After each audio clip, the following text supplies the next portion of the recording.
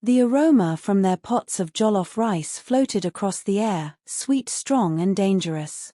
It slid into noses, curled around lips, and made even the judges close their eyes in joy.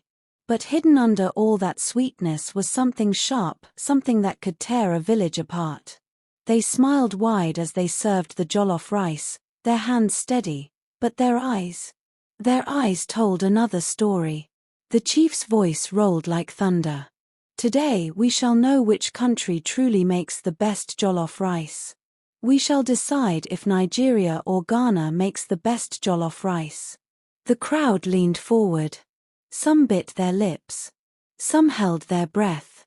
The slow, deep drumbeats made the air heavy, as if the earth itself wanted to know what would happen next. But before we see who wins, let's step back. Back to the day this fight for flavor was born. In the lively border village of Aflao-Ketu, the sun woke the people early, and the market sang all day.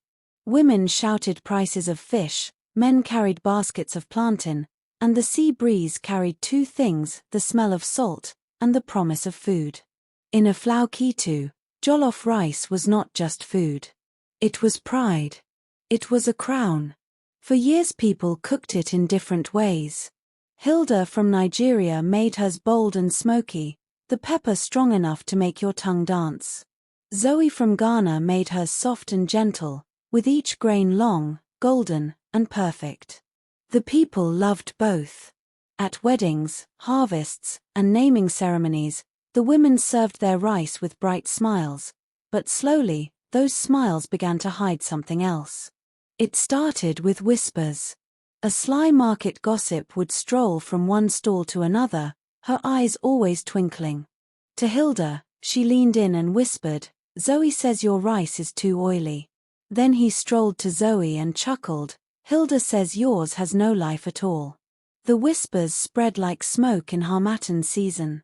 One spoonful of gossip here, one pinch of pride there, until the air in Aflao-Ketu felt heavy, not just with the smell of food, but with something that tasted like trouble. The village began to split like a ripe mango. At feasts, friends who once sat side by side now sat far apart. The laughter that used to ring across the square grew quieter. In the market, people spoke in low voices, heads close together, eyes darting left and right. Whose pot is the best? Did you taste Hilda's last Sunday? No, Zoe's rice is the real queen. The air in Aflao-Ketu was no longer light. It was heavy, like a pot left too long on the fire. Finally, Chief Nana Oak had had enough. He stood in the middle of the village square, his tall staff in hand. The crowd gathered, children peeking from behind their mothers, the drummers waiting with hands raised. The chief's eyes were sharp as an eagle's.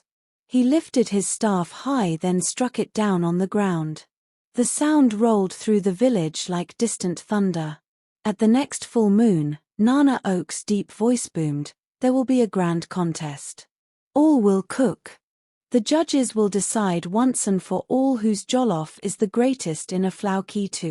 Gasps filled the air and some smiled in excitement. Others bit their lips in worry. When the night finally came, the moon was big and bright, hanging in the sky like silver fire. Its light spilled over the village square, turning every pot, spoon, and smiling face into something magical. The drummers began their slow beats like the heartbeat of the night.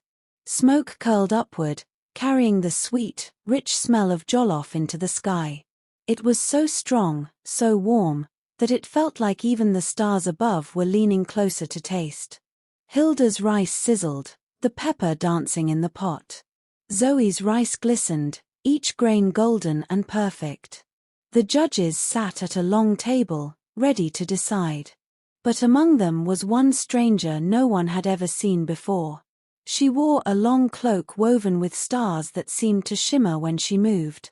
In her hand was a wooden staff, carved with strange, swirling shapes. Her eyes were gentle but sharp, like she could see through smoke and straight into a person's heart. She tasted each plate quietly. She chewed slowly, nodded slowly, and moved to the next plate. The crowd leaned forward, waiting for her to speak. But instead, she stood and lifted her staff. "I need an empty plate." Gasps rippled through the crowd. "An empty plate? Why?" The plate was brought. The woman took one scoop from Hilda's pot, then one scoop from Zoe's. Her movements were slow, careful, almost like she was weaving a spell. The crowd whispered, "Is she ruining them? What is she doing?" Finally, she stirred the mix, the colors swirling together, red, gold, brown, like a painting in a pot. She lifted a spoon and held it high. "Now, taste this," she said. One by one, the judges dipped their spoons into the mixed plate. The moment the first spoon touched their lips, their eyes widened. The bold and the gentle, the sweet and the smoky, they were all there, dancing together in one bite. She ordered Hilda and Zoe to mix their rice together in a big pot and share to the crowd. The crowd gasped as they ate. They had never tasted Hilda and Zoe's jollof rice mixed together before. The woman smiled. "Jollof," she said, "is not one flavor. It is many. Just like the people of this village. Each of you brings something special. When you fight over which is best, you lose the feast. But when you share, you make something greater than yourselves." Chief Nana Oak stood, lifted his staff high, and struck it on the ground. "Let this be the day of unity," he declared. "From now on, we will celebrate all flavors together." Cheers exploded in the square. That night, Aflao-Ketu feasted as one people. They laughed, they danced, they ate from the same pot. And the quarrels that once divided them melted away, like spices in a great, bubbling pot of jollof.